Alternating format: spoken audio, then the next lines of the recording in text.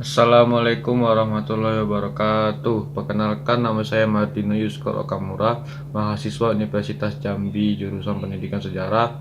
Di video kali ini, saya akan membahas peta pelayaran bangsa barat ke Indonesia.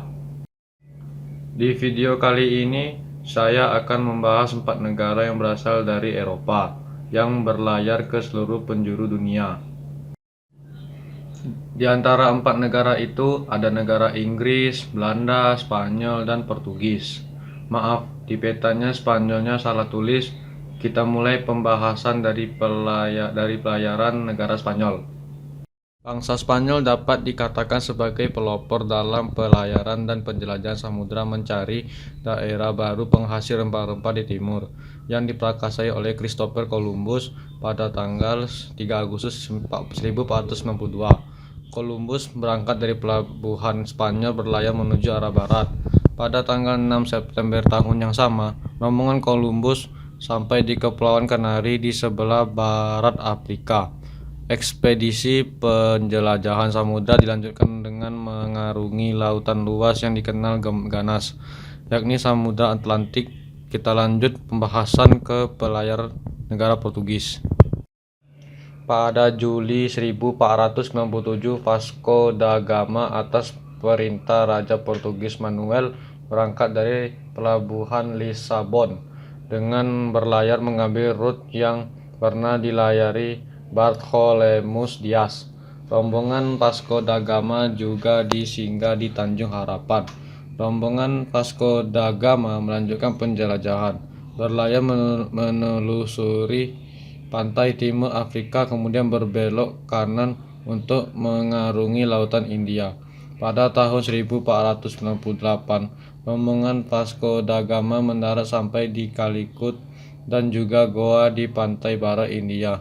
Setiap daerah yang disinggahi kemudian dipasang patok batu padrau sebagai tanda bahwa daerah yang ditemukan itu milik Portugis.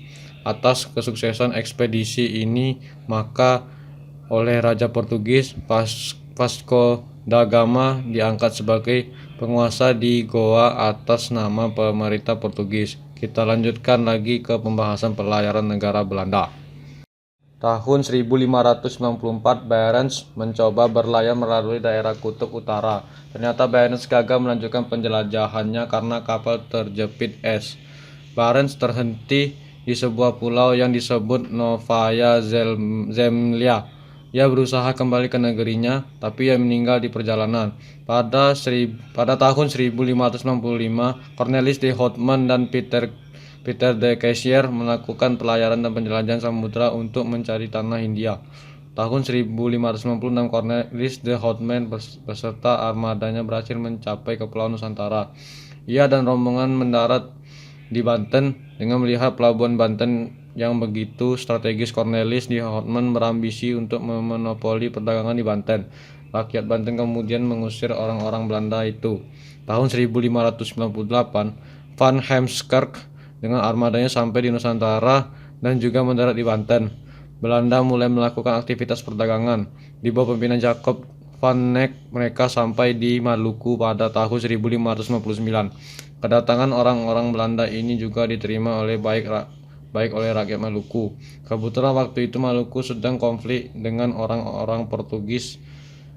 Pelayaran dan perdagangan orang-orang Belanda di Maluku ini mendapat keuntungan yang berlipat. Dengan demikian, semakin banyak kapal-kapal dagang yang berlayar menuju Maluku. Kita lanjutkan ke pembahasan pelayaran negara Inggris.